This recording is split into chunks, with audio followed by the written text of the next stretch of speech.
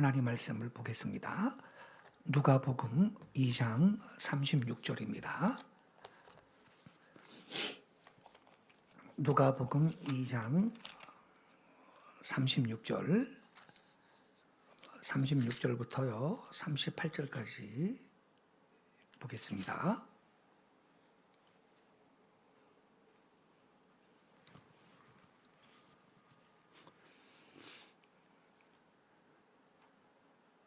같이 읽겠습니다. 시작.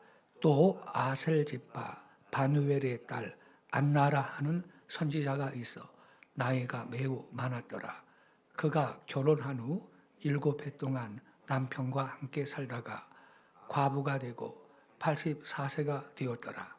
이 사람이 성전을 떠나지 아니하고 주야로 금식하며 기도함으로 섬기더니 마침 이때에 나와서 하나님께 감사하고 예루살렘의 속량을 바라는 모든 사람들에게 그에 대하여 말하니라. 아멘.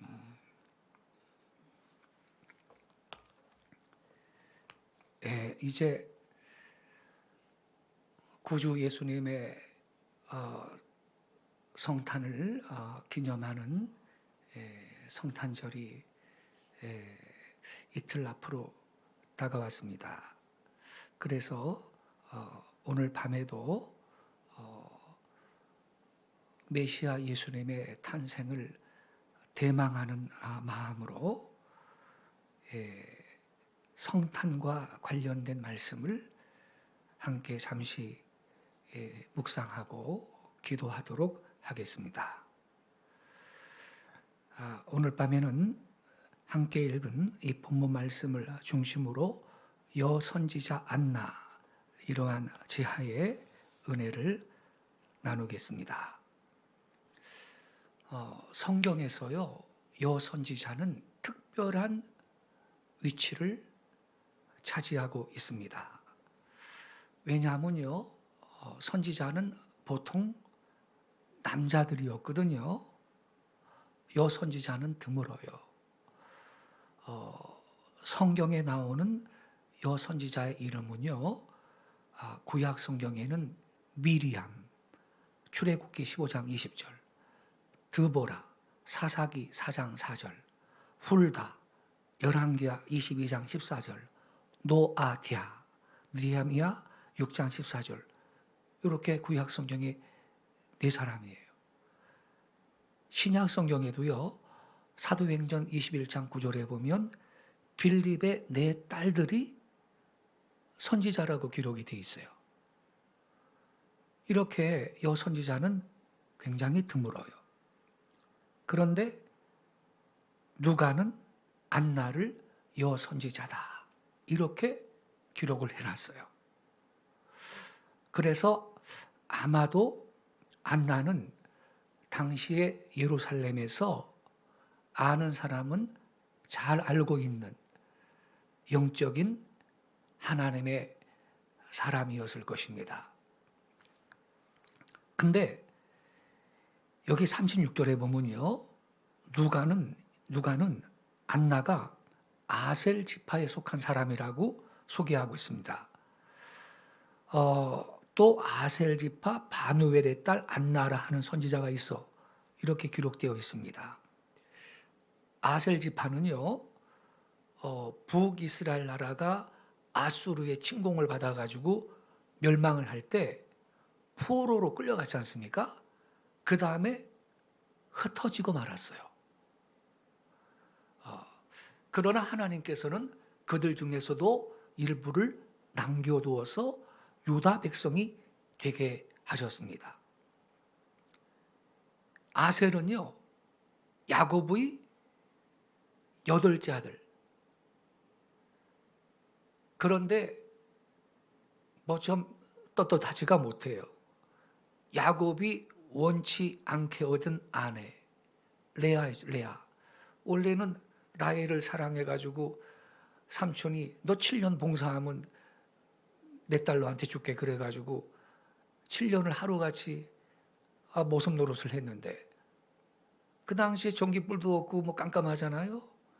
첫날 밤 지나고 보니까 언니 레아네 글쎄. 아이 삼촌 이럴 수가 있습니까?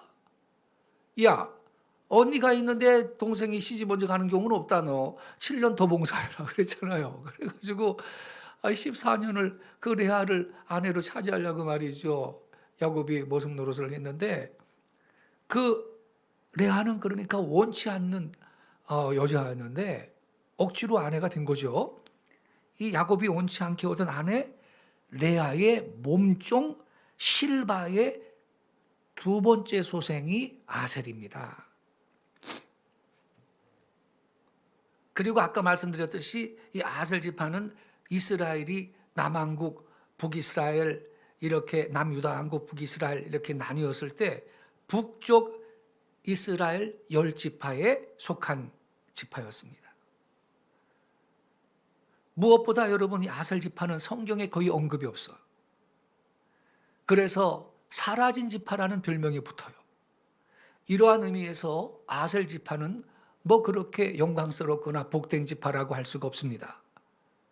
그런데 본문은 안나가 아셀 지파에 속했다 이렇게 말하고 있습니다.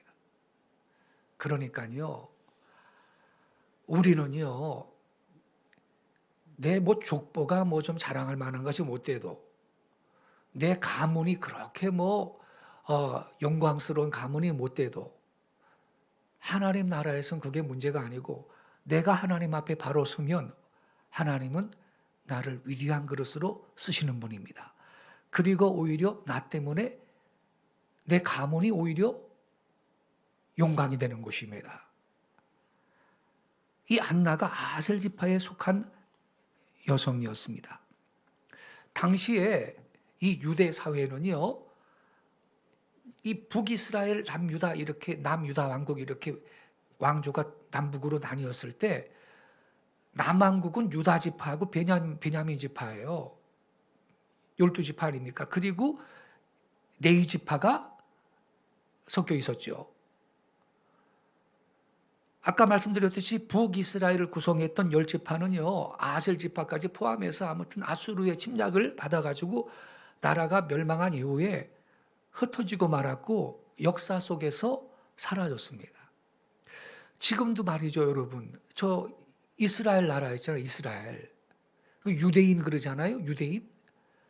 그것은 이 유다 지파하고 그 베냐민 지파로 구성된 게 남유다 왕국 아닙니까? 북왕국 이스라엘은 아수르 침략받고 멸망한 다음에 고토로 못 돌아오고 흩어져 버렸어요. 흩어졌다. 그러니까 지금 저 이스라엘 유대인들도요, 사실은 남유다 왕국의 후예들인 거죠, 대부분. 일부 이 북이스라엘 지파에 속한 사람들이 남유다 왕국에 들어와서 운명을 함께 했지만 소수였던 거죠, 소수.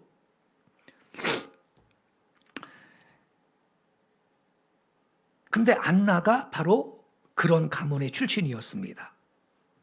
근데 안나는요, 여기 보니까 바누엘의 딸이라고 써 있죠, 여러분. 바누엘의 딸.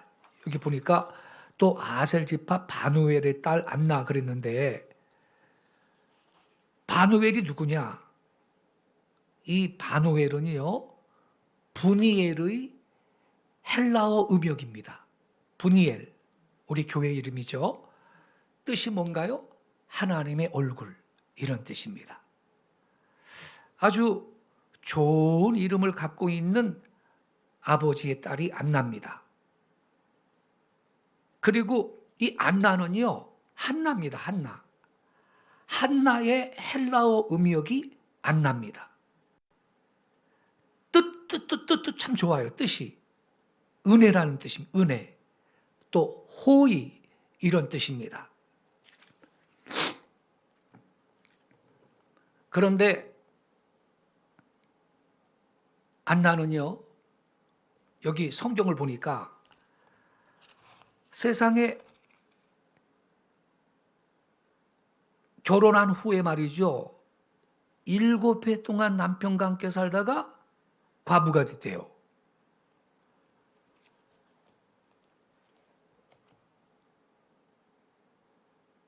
그런데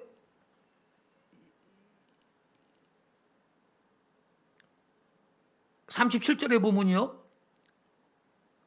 과부가 되고 84세가 됐다 그랬습니다. 결혼한 후에 7해 동안 남편과 함께 살다가 과부가 되고 84세가 되었다. 그래서 말이죠, 그때 이 여자들이 혼인을 몇 살 때쯤 했냐면 15살, 보통 이렇게 많이 했어요. 15살.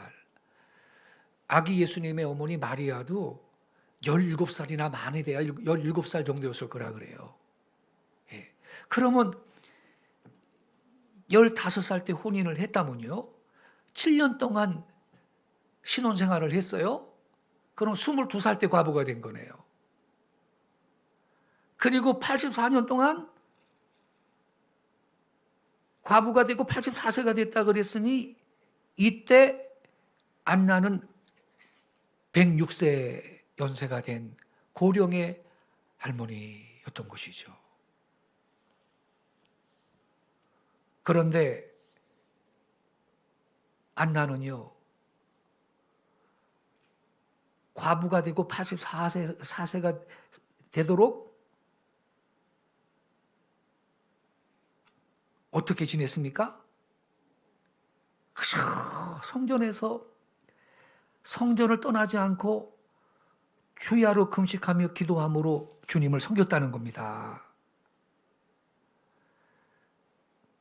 안나는요, 사별 후에 남편한테 두었던 소망을 다 접고 남은 여생을 오직 한 분 하나님만 바라보며 산 겁니다. 독신으로 지내면서 오직 하나님께만 마음을 두고 홀로 살았습니다. 이 여인은 모든 마음을 하나님과 성전에 두고 살았습니다. 성전에서 주야로 금식하고 기도하며 주님을 섬겼습니다.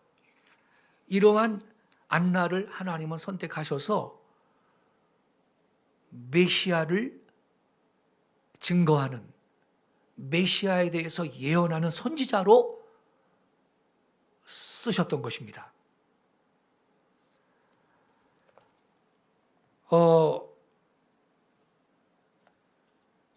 왜냐하면 우리가 앞을 안 읽었는데 말이죠.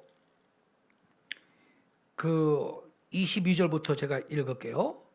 모세의 법대로 정결 예식의 날이 참에 아기를 데리고 예루살렘에 올라가니, 요셉과 마리아가 말입니다. 이는 주의 율법에 쓴 바 첫 해에 처음 난 남자마다 주의 거룩한 자라 하리라 한 대로 아기를 주께 드리고, 또 주의 율법에 말씀하신 대로 산비둘기 한 쌍이나 혹은 어린 집비둘기 둘로 제사하려 함이더라.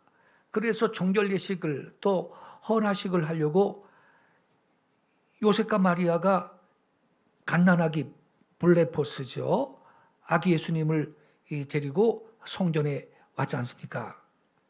이때 안나가 이 아기 예수님을 보고, 우리가 기다리던 메시아가 저 아기구나, 이걸 알고 예언을 했다 이 말입니다.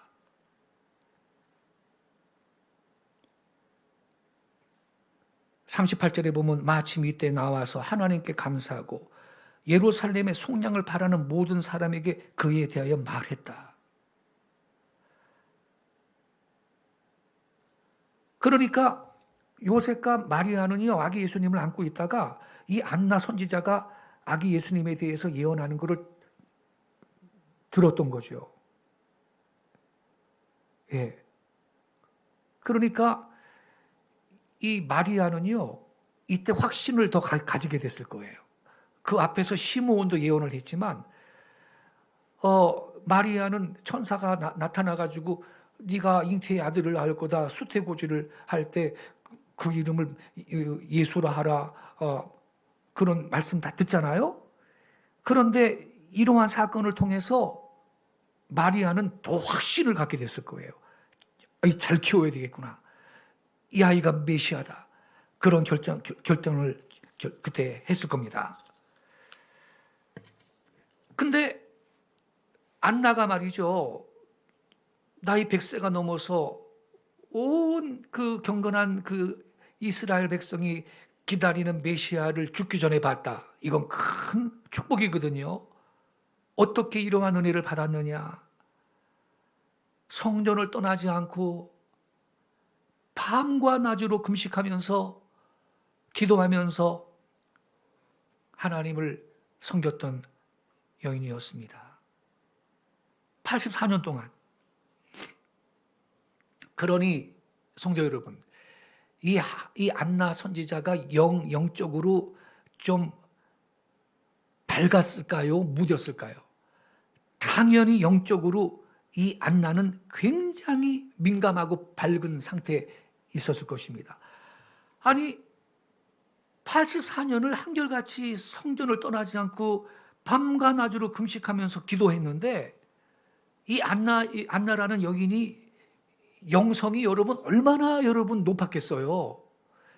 예언적인 그 통찰력이 굉장히 그 높은 수준이 있었겠죠. 그러니까 요셉과 마리아가 아기를 데리고 왔는데 안나는 아는 거예요. 아, 우리 이스라엘 백성이 대망하는 그 메시아가 저 아기구나. 그래서 이 아기에 대해서 증거를 하고 예언을 했다 이 말입니다. 안나는요, 무슨 제사장이나 레위인처럼 말씀을 가르치지 않았습니다. 또 무슨 군인처럼 전쟁에 나가 싸우지도 않았습니다. 그러나 이 여인은 전심으로 금식하고 기도함으로써 하나님의 나라를 위해서 중요한 역할을 했던 것입니다. 이 여인은 여호수아가 성막을 떠나지 않았던 것처럼 성전을 떠나지 아니하고 하나님을 섬기는 일에 헌신했습니다. 이러한 기도 생활로 인해서 그녀는 하나님과 가까워지고 메시아를 알아보고 죽기 전에 메시아를 만났고 메시아에 대해 예언하는 선지자가 될 수 있었던 것입니다. 그녀가 여러분 84년 동안 금식하면서 주야로 성전에서 기도했는데 무슨 기도했겠어요? 주여, 나 좀 복 좀 많이 받게 해주세요. 우리 후손들 좀 잘 되게 해주세요. 자식도 없이 남편 죽었는데 그런 기도할 게 뭐가 있어요? 이 여인은요, 아마도요, 학자들이 말을 하기를 그 당시 이스라엘이 로마에 짓밟힌 상태 아닙니까? 로마라는 나라의 식민지로서 짓밟히고 있습니다. 그리고 헤롯이라는 왕은 폭정을 일삼고 있습니다. 이걸 마음 아파하면서 이스라엘을 구원할 메시아를 주여 속히 보내주소서라고 이 여인이 기도했을 것입니다. 84년 동안.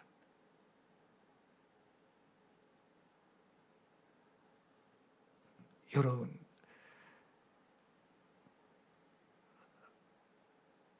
사도 바울이 이런 말씀을 했어요. 로마서 11장에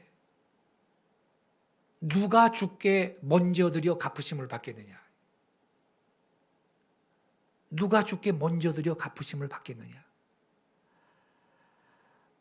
안나는요, 메시아를 보내달라고 누구보다 전심으로 기도하고 그 기도에 헌신했던 사람이니 누가 먼저 드려 갚으심을 받겠느냐? 아무도 몰라요. 이스라엘에서 메시아가 왔다는 거를요. 아무도 몰라.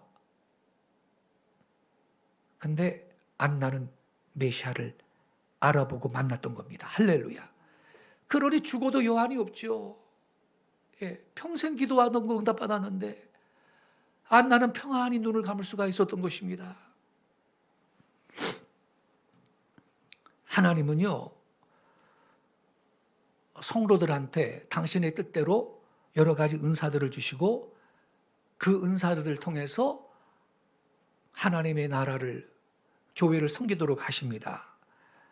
이러한 은사들 중에서 기도의 불을 끄지 않고 깨어 기도하는 영적인 파수꾼의 역할은 이 시대에도 모든 교회에 필수적으로 필요합니다.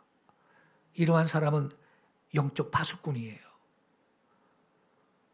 성도들이 사단의 공격에 무너지지 않도록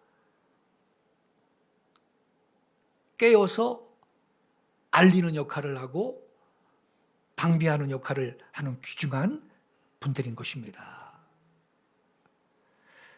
그래서요, 나는 쥐꼬리 많은 월급 받고 살고 나는 주님 앞에 드릴 것도 많지 않고 또 재능도 특별한 재능도 없고 성가대로 섬길 수도 없고 그런 거 상관없어요. 안나처럼 기도하면 최고의 할렐루야.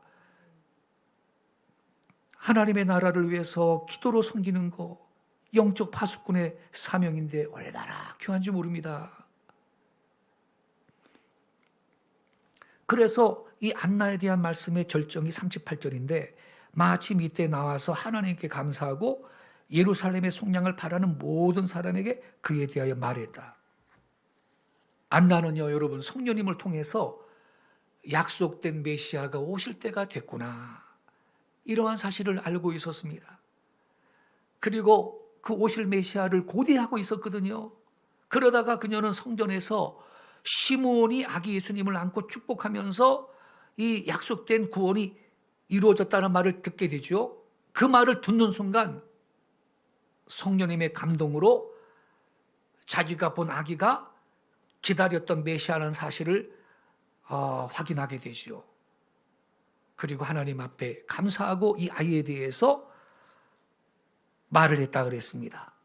하나님께 감사하고 예루살렘의 속량을 바라는 모든 사람한테 그에 대하여 말을 했다, 증거했다라는 것입니다. 안나는요, 오랫동안 기다려왔던 그 메시아를 직접 보는 복을 받았습니다.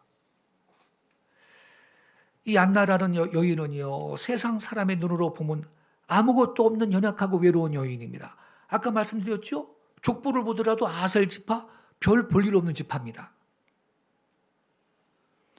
그러나 하나님께서는 그녀를 부르시고 그녀에게 다른 사람들이 갖지 못한 귀중한 은사를 주셨습니다. 하나님께서는 이 여인을 사랑해 주셨고 성령님과 동행하게 하셨고 마침내 살아서 메시아를 볼 수 있게 해 주셨어요. 그래서 그녀는 아기 예수를 보고 감격하여 감사드리지 않을 수가 없었던 것입니다. 그리고 예루살렘의 구원을 기다리는 모든 사람들한테 찾아가서 이 아이에 대해서 이야기했다 이 말입니다. 여기에서 이 예루살렘의 속량을 바라는 모든 사람, 이 사람은 이스라엘을 구원할 메시아를 고대하는 사람들을 말하는 겁니다.